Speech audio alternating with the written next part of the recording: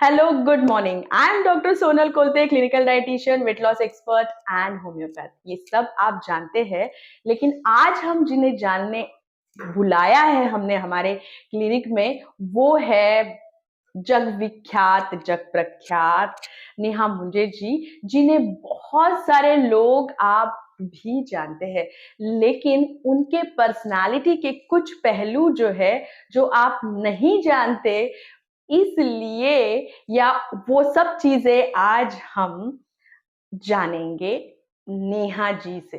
बहुत ही सुंदर व्यक्तिमत्व है और इनसे मिलने के बाद मुझे एक मराठी सॉन्ग हमेशा याद आता है और वो है पदरावरती जर तारीचा मोर नाचरा हवा आई मला घेणार शकने सब शालू नवा।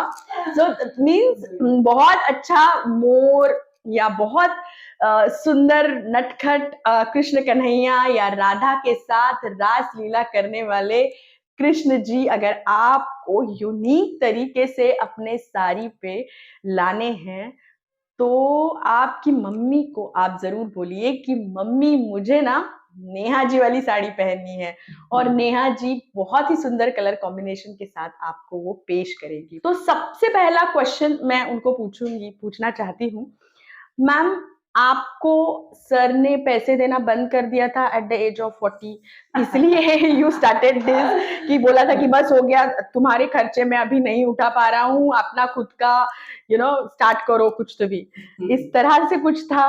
ऐसा कुछ भी नहीं था, बिल्कुल ही ऐसा नहीं था। और सबसे पहले मैं तुमको थैंक यू करना चाहती हूँ सोनल, कि इतनी खूबसूरत, इतनी स्मार्ट लेडी अगर मुझे कॉफी पे बुलाती है तो ऑफ कोर्स मेरा फर्ज बनता है और मुझे जाना ही चाहिए, और मैं तुम्हारे यहाँ आगे, और वो भी टाइम पे। क्योंकि मेरे नाम से हमेशा सब चिल्लाते हैं कि नेहा कभी टाइम पे नहीं आती। सो आज आप हमारे शो में अमिताभ बच्चन बन गए। परफेक्ट। जो आपने मुझे पूछा कि ऑफ कोर्स मैंने 40 के बाद ये सब स्टार्ट किया। 40 के पहले मुझे चांस नहीं मिला, ऐसा भी नहीं। शादी से पहले मैंने कुछ सीखा था, थोड़ा बहुत, बहुत ज़्यादा नहीं आता था मुझे। मैं करना भी चाहती थी, पर मैं सोचती हूँ हमेशा कि जैसा मेरा हुआ है, जैसे बहुत लोगों के प्रॉब्लम्स आते हैं लाइफ में कि बहुत कुछ करना है, पर कब करें, और हर चीज़ का टाइम आना चाहिए, तभी वो चीज़ होती है। अच्छा, फैमिली में कोई मुझे ऐसे ये मत करो, वो मत करो, ऐसे भी कुछ नहीं कहते थे। पर हमारी ज़िम्मेदारी है कि पहले जो मेन चीज़ है उसकी तरफ हमको ध्यान देना चाहिए, जो कि मैंने भी वही किया। घर, संसार, बच्चे, अपने सणवारों, त्योहार, ये सब कहीं आना-जाना था, और इसके कारण मैंने थोड़ा-सा वो रोक दिया था। हाँ, इसमें मेरा कुछ बहुत ऐसा क्वालिफ़िकेशन भी नहीं था आर्ट में, कि जो मैं लेके ही आगे बढ़ूँ और चलूँ, और मुझे यही करना है। ना मैंने कभी ज़िद की कि मुझे ये करना है। मैंने भी सोचा कि चलो, जो घर में माहौल है, जो हस्बैंड कहते हैं, उनके हिसाब से थोड़ा चलेंगे, तो उनको भी लगेगा कि ये हमारे साथ है। हमारा वक़्त आने पर वो भी हमारे साथ रहेंगे। तो ये बहुत बहुत बढ़िया चीज सभी व्यूअर्स के लिए, जो भी फीमेल्स हमारा ये शो देख रहे हैं, मेल्स भी देख रहे हैं, सबके लिए है ये बहुत जरूरी चीज है। हमें लगता है कि एक उम्र के बाद शायद हम ये दुनिया से नहीं लड़ पाएंगे या अपनी जगह नहीं बना पाएंगे, लेकिन ये सीख है वो सब लोगों के लिए जो ये सोचते हैं। अपने कंफर्ट जोन को बाजू में निकाल के रखिए और आपकी जो हॉबीज है उसको जरूर जिए। पैसा कमाना एक अलग चीज है, लेकिन खुद के पैशन को जीना, उसमें पागल हो जाना, ये एक बहुत बढ़िया चीज है और ये चीज नेहा जी जी रही है। हमारे बच्चे आते हैं, हम बहुत कंप्लेन करते हैं, हमारे बच्चे हैं, हस्बैंड है, त्योहार मनाने हैं, सास ससुर है, गेस्ट है, पता नहीं कितनी बड़ी लिस्ट रहती है। तो आप जरूर जानिए, भगवान ने हर एक को एक हुनर दिया है, वो हुनर को पहचानिए और खुद को एक्सप्लोर कीजिए जैसे नेहा जी ने किया है। तो और बहुत सारे लोगों को नेहा जी सिखाती भी है, ये बहुत बढ़िया चीज। हमने जब अब हमारा बात चल रहा था, तो उसके बारे में भी आप बताइए कि किस तरह से आप लोगों को उत्साहित करती है, प्रोत्साहित करती है यहाँ आने में।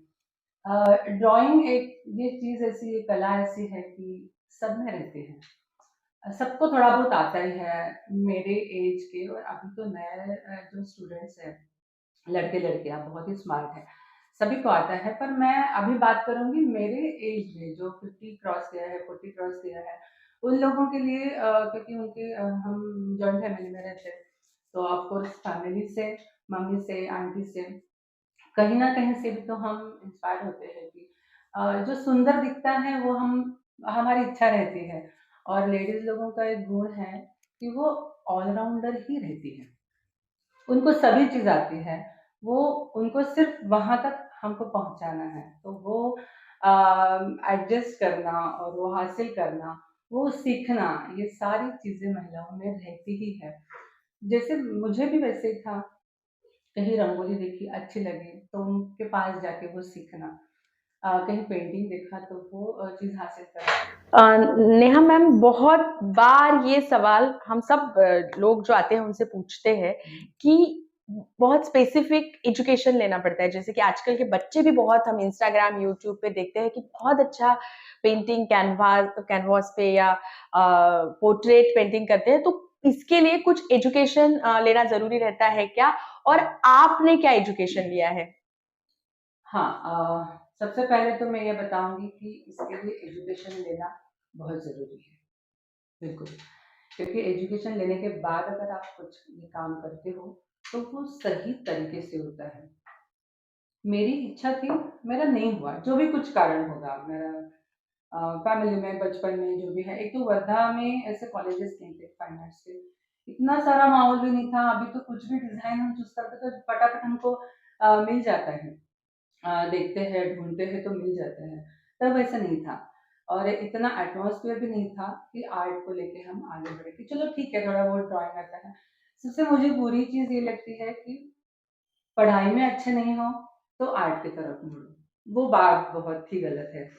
कि नहीं, वो जिन थोड़ा-सा तुम्हारे मन में होना ही चाहिए कि नहीं, मुझे आगे जाके यही करना है, मुझे लिखना है, मुझे कवि बनना है, मुझे लेखक बनना है, मुझे पेंटिंग्स करना है। तो ये सब चीज़ें अगर आपके अंदर हो, तो आप बोल दो बिल्कुल घर में कि नहीं, मुझे इस तरफ से जाना है। नहीं, नहीं, लेकिन बहुत एक बढ़िया बात की कि कवि, लेकिन एक एज रहता है, मतलब टीनेजिंग से सबको लगता है कि मैं कवि हूँ। तो वो बड़ा डिफिकल्ट हो जाता है पेरेंट्स के लिए। आजकल के तो पेरेंट्स बहुत बढ़िया है, हमारे तो समझते ही नहीं थे, तो बोलते क्या कवि बन के क्या करोगे। लेकिन वो एक दौर रहता है आपके जीवन का कि जहाँ हर एक को कविता जरूर सूझती है। लेकिन और एक सवाल कि आपको कॉफी बहुत अच्छी लगती है कि या आपको बिल्कुल भी अच्छी नहीं लगती? क्योंकि आपको कॉफी दे दो तो आप उसकी पेंटिंग बना लेते हैं, आपको कॉफी दो तो आप उसकी कविता बना लेते हैं।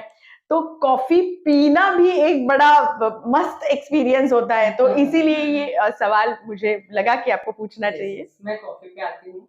उसके पहले मैं आपके पहले सवाल का थोड़ा सा जवाब देना चाहती हूँ कि अगर आपके लाइफ में उस तरह का एजुकेशन नहीं मिला आपको, अगर आप वो चीज़ तब नहीं कर पाए, तो कोई बात नहीं, आप बाद में भी कर सकते हो। पढ़ाई तो बहुत ज़रूरी है, पर पढ़ाई के साथ-साथ अगर आपको ये चीज़ें अगर आती है कला से संबंधित, तो वो आपको पढ़ाई के साथ-साथ भी आप कर सकते हो। अभी कैसा है कि मैक्सिमम लोगों को इंजीनियरिंग की तरफ भागना है, डॉक्टर भी बनना है। आपकी बात अलग है सोनल कि आप डॉक्टर होने के बाद भी ये आर्ट से रिलेटेड हो। मेरे साथ भी बहुत पहचान के ऐसे लोग हैं कि वो क्वालिफिकेशन के साथ-साथ अपनी कला को भी डेवलप कर रहे हैं। और मैंने तो ऑफ कोर्स शुरू किया 40 के बाद, क्योंकि मेन ज़िम्मेदारी मेरी जब खत्म हुई, जब मैंने बहुत कुछ लोगों का, घर का, फैमिली का सुना, उसके बाद मैंने सोचा अब मैं कुछ बताऊँगी, देखते हैं कोई अपना सुनते हैं कि नहीं। पर उसके लिए आपको ना मेहनत बहुत करनी पड़ती है। अभी तो बात अलग है, अब तो सोशल मीडिया के कारण हम लोगों तक हमारा काम पहुंचा सकते हैं। मेरी एक छोटी सी याद है, मैं आपको बताऊंगा। जब मैंने स्टार्ट किया एग्जीबिशन में, मैंने मेरे कुछ पेंटिंग्स वगैरह रखे, तो मुझे लोग हंसने लगे कि ज्वेलरी, साड़ियाँ, कपड़े ये सब मार्केट में है, ये कहाँ चलेगा। तो मैंने तभी तय कर लिया, एक दिन ऐसा आएगा कि एग्जीबिशन में बाहर से खरीदी हुई चीज नहीं रहेगी, और सारे कलाकारों को मैं स्टॉल दूंगी और वो एग्जीबिशन मैं ऑर्गेनाइज करूंगी। टचवुड आर्टिस्टिका कलेक्टिव नाम का मैंने एग्जीबिशन ऑर्गेनाइज किया, जहाँ पे सारे कलाकार थे, जहाँ नजर जाएंगे वहाँ पे आपको पेंटिंग, क्राफ्ट, मोतियों का कुछ बना हुआ या पैचवर्क किया हुआ, यही सब। तो मुझे ज़्यादा मज़ा आता। और कॉफ़ी से तो एक अलग नाता है, और कॉफ़ी से पेंटिंग करना जब मैंने स्टार्ट किया, तो एक्चुअली ये इजिप्शियन आर्ट है। वहाँ के जो इजिप्ट के राज्य वगैरह रहते हैं, रानियाँ, उनके वो पेंटिंग्स मैंने बहुत बार देखे थे। और जब मैंने सोचा कि वाटर कलर तो ऑफ कोर्स आता था, तो हम कॉफ़ी से जब पेंटिंग मैंने सीखा एक जगह से, तब एक स्कूल में उन्होंने मेरा एक वर्कशॉप अरेंज किया, प्रिंसिपल मैम ने। तो वहाँ उन्होंने बताया कि ये तो ये राजा और इजिप्ट के रानियाँ हमारे नहीं, हमारे महाराष्ट्र भारतीय कला को हमको आगे लेके आना है। तो वो मुझे चीज़ बहुत अच्छी लगी। फिर मैंने गणेश जी का एक पेंटिंग बनाया और वो मैम को दिखाया, तो बोले 150 स्टूडेंट्स है हमारे वर्कशॉप में, 150 स्टूडेंट को आपको कॉफ़ी से ही सिखाना है। उसके बाद वो कॉफ़ी का सफ़र बहुत बढ़िया था। बहुत ही बढ़िया चीज़ बताई कि हम कला को बाँध के नहीं रख सकते। कला जो है वो हर जगह है, और हर जगह की कला जब हम आत्मसात करते हैं, तो हम सारे विश्व सिमाजे घर है, जैसे बोला जाता है वसुदैव कुटुम्बकम। तो ये एक ही चीज़ से हम एक्वायर कर पाते हैं, और वो है कला, और इसीलिए कलाकार को बड़ा महत्व दिया गया है हमारे और सभी जगह। और एक चीज़ कॉफ़ी के साथ जस्ट टिप के तौर पे बताना चाहूँगी, पोस्ट मेनोपॉज़ल फीमेल जो रहती है, अगर ब्लैक कॉफ़ी आप विदाउट शुगर इस्तेमाल करती है, तो वो that is the best thing जो आपके मूड को रेज़ करेगी।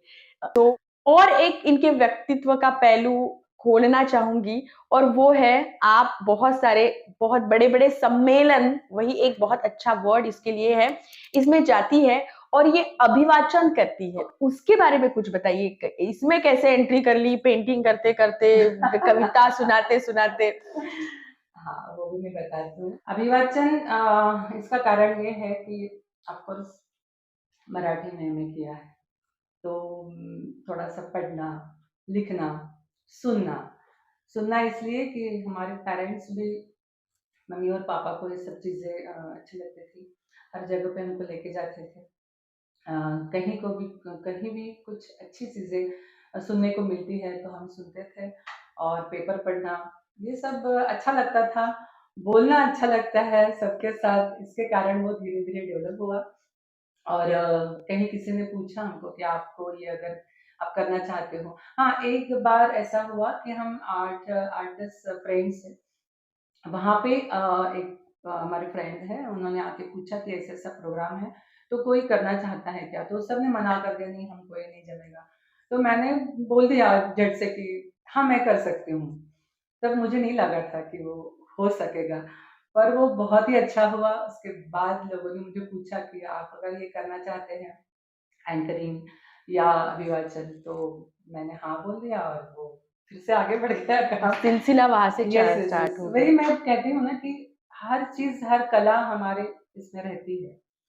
हमको सब कुछ आता रहता है, पर नेगेटिव व्यूज़ जहाँ से अगर आपको मिलती है ना, तो वहाँ तक आप जाओ मत। वहाँ से एक तो मुड़ जाओ, या दूसरा कि नहीं, मैं तो उनको करके दिखाऊँगी। ये अगर चीज़ें सब लेडीज़ लोग मैक्सिमम 40 के बाद, जैसे आपने मोनोपॉज़ का जो सेंटेंस बोला, तो उसके बाद थोड़ा-सा नेगेटिविटी आ जाती है। बच्चे बड़े हो जाते हैं, टाइम रहता है अपने पास, पर कुछ पुरानी चीज़ें, पुरानी यादें, इस दौर से मैं भी गई। मैं 50 के बाद थोड़ा सेटल हो गई कि नहीं, वही चीज़ हम क्यों याद करते हैं? मैक्सिमम हमको वही चीज़ याद रहती है, आँखों में पानी आता है और चेहरे पे स्माइल दिखाते हैं। ये सबसे बड़ी लेडी बड़े लोगों की ताकत है। अच्छी बात है, आप स्माइल करके लोगों को दिखाते हो, पर अंदर से अंदर तो थोड़ा रहता ही है। पर उसको भूल जाओ। मैं सबको कहती हूँ कि उसमें कुछ नहीं रखा। और हर बार हम ऐसे कहते हैं कि वो मुझे हेल्प नहीं करते, मेरे हस्बैंड मुझे हेल्प ही नहीं करते, वो मना करते हैं। किसके हस्बैंड हेल्प करते हैं? एक तो यहाँ पर अपनी भारतीय संस्कृति में मैं तो कहूँगी कि पुरुष प्रधान संस्कृति है हमारी। लेडीज लोगों को भाव देना, उनको इम्पोर्टेंस देना ऑफ कोर्स, और उनको उनका काम आगे लेके जाना कि चलो मैं तुम्हारे साथ हूँ, ये बहुत ही कम कम जगह पे लोग होता है, बहुत ही कम लोगों के साथ। पर ऐसा नहीं ना कि हम नहीं करेंगे, आप करके दिखाओ। मुझे गाड़ी चलाने की इच्छा थी, तो ऑफ कोर्स केयरिंग रहते हैं हस्बैंड लोग कि नहीं नहीं गाड़ी मत चलाओ, वो कहीं ये कर दोगे वो कर दोगे। तो जैसे ही वो ऑफिस चले गए, गाड़ी लेकर नहीं गए, तो निकालो गाड़ी और चलाओ, कोशिश करो और करके दिखाओ। तो वो लोगों को लगेगा कि नहीं, है इसमें गट्स है, वो कर सकती है। अ, कोरोना का बहुत कहर रहा पिछले 2 साल, तो उस टाइम पे ऐसी कोई स्टोरीज है जो आपको याद आती है अभी, और उसके बारे में आप? हाँ, मैं उसके बारे में ज़रूर बताना चाहूँगी। जैसे कि मैंने अभी बताया था कि सोशल वर्क करना, मतलब समाज सेवा करना, ये ऑफ कोर्स हमारी ड्यूटी है। एग्ज़ैक्टली समाज सेवा का मतलब ये नहीं कि वहाँ जाके उन लोगों से मिले और किए। एक काम मैंने जो किया था वो मुझे अच्छा लगता है। मैं ऐसा नहीं मानती हूँ कि मैंने बहुत बड़ा काम किया है, पर छोटा-सा काम किया है, पर मुझे उससे बहुत खुशी मिली थी। कि जैसे कोरोना का पीरियड था, वो बहुत ही खराब था, अभी भी याद आता है तो आंखों में आंसू आते हैं ऑफ कोर्स। पर एक चीज़ थी कि जैसे उस टाइम पर मुझे ऐसा लग रहा था कि मेरी एक कला वो निगेटिव जोन में, वो पीरियड में किसी को थोड़ी हेल्प करे तो बहुत अच्छा होगा। तो ऑनलाइन क्लासेस वगैरह ये तो मुझे पता था, पर मैंने कभी किया भी नहीं था अटेंड, और उससे कभी सिखाया भी नहीं था। तो ऑफकोर्स मेरे 2 बच्चे, उन्होंने सुमेध और अद्वैत, उन्होंने मुझे ऐसे अच्छे से गाइड किया कि कैसे ऑनलाइन क्लासेस लेना चाहिए। तो वो मैंने सीखा, जो मुझे उसमें बिल्कुल ही इंटरेस्ट नहीं था, पर मैंने वो सीखा, और उसके बाद मैंने कुछ वर्कशॉप्स अरेंज किए। उसमें एक चीज़ ध्यान में आ गई कि जो लोग मेरे पास आके क्लास नहीं कर सकते थे, जैसे कि 3 लोग थे। एक थे जिनको बैक पेन का प्रॉब्लम था, और मेरा फर्स्ट फ्लोर पे है फ्लैट, तो वो स्टेप्स नहीं चढ़ते थे, तो उनकी बहुत इच्छा थी क्लास सीखने की मेरे से, वो नहीं कर पाए।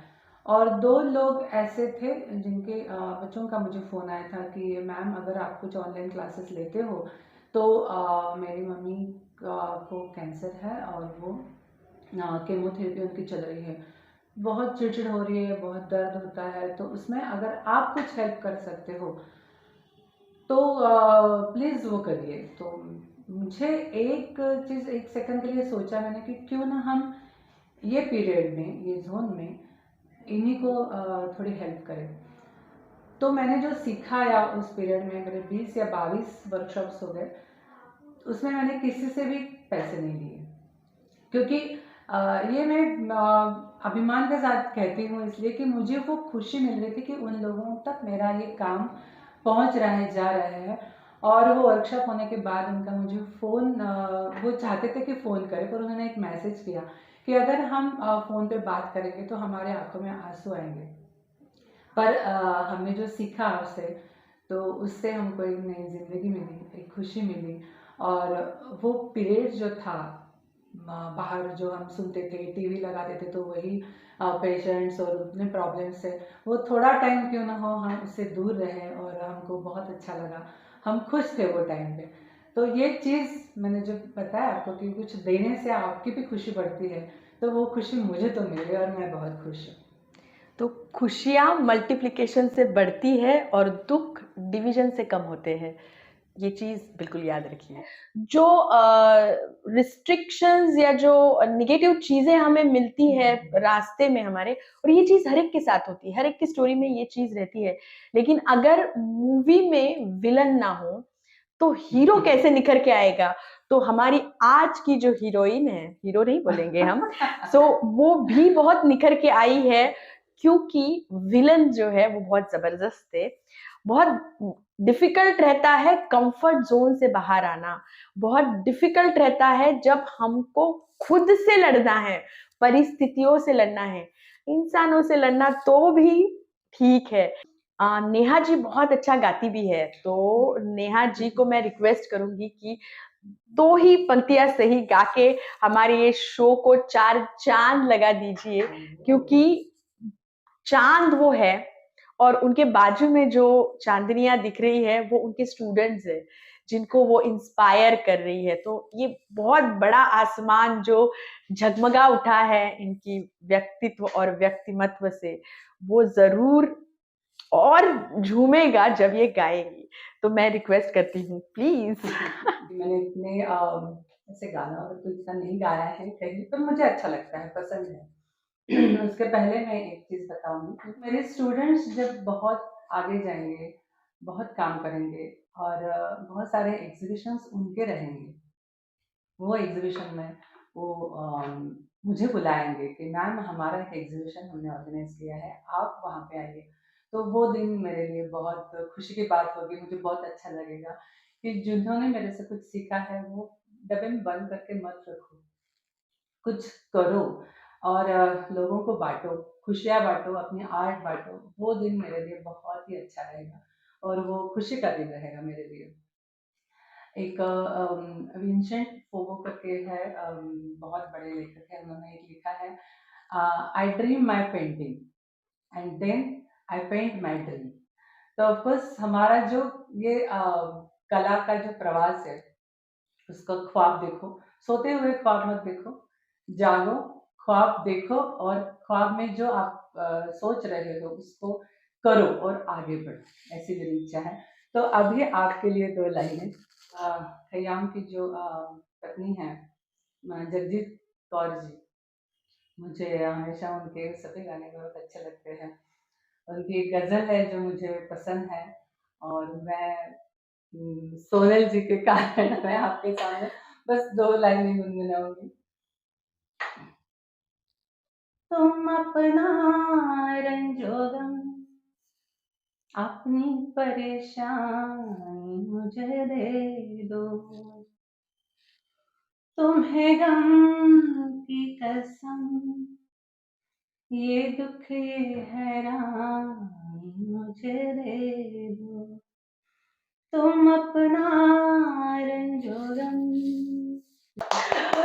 वेरी नाइस, मुझे बहुत अच्छा और बहुत सुंदर ख्याल, ये पूरा इंटरव्यू करते वक्त तो मुझे बहुत मजा आया या बहुत इंस्पिरेशनल ये रहा, क्योंकि एक खुद में एक स्टोरी है इनकी कि कैसे हमको बाहर आना है। बहुत सिंपल महाराष्ट्रियन स्टोरी है, बट बहुत एक इंस्पायरिंग है, बहुत अच्छा चीज़ें सीखने को मिली हमें आपसे। बस वही सबको मैं हमेशा बोलती हूँ कि उड़ने दो, मुझे सँभलने दो, गिरने दो मुझे, बस मेरा आसमान जो थोड़ा है वो मुझे दे दो। तो वो आसमान आपको मिला, आप और एक और चीज़ नेहा जी की कि खुद उड़ रही है, दूसरों के पंखों को बल दे रही है। ये चीज़ करने वाला इंसान बहुत कम मिलता है, क्योंकि दूसरों की टाँग खींचने वाला जो हमारे पता नहीं क्यों होता है, बट ये चीज़ होती है हमेशा, लेकिन खुद मजबूत होके दूसरों को वो मजबूती देना, ये बड़े व्यक्ति की पहचान है। और वो भले ही वो बहुत डाउन टू अर्थ है और बोलती है कि नहीं-नहीं मैं तो कुछ भी नहीं हूँ, लेकिन हमें पता है। तो हमको हम हीरे की पारख करते हैं, तो ये हीरा हमारे साथ है। Thank you very much Neha ji, आज आप हमारे शो पे आए और हमारा चाँद हमें आज दिख गया। So thank you very much for your time. और कुछ क्वेश्चंस हमारे व्यूअर्स हमें पूछते हैं, तो बिल्कुल कुछ भी क्वेश्चंस आएँगे, नेहा मैम का पूरा डिस्क्रिप्शन हम डिस्क्रिप्शन बॉक्स में रखेंगे। हम हमको भी पूछे, हम नेहा जी तक पहुँचा देंगे। आपको सीधे क्वेश्चन पूछने हैं, आपको उनको जॉइन करना है या जो भी है, बिल्कुल आप कर सकते हैं। So thank you very much. आज आपसे यही विदा लेती हूँ और बहुत सारी गपशप जो बची है वो नेहा जी से करती हूँ। Thank you very much for watching coffee with doctor Sonal.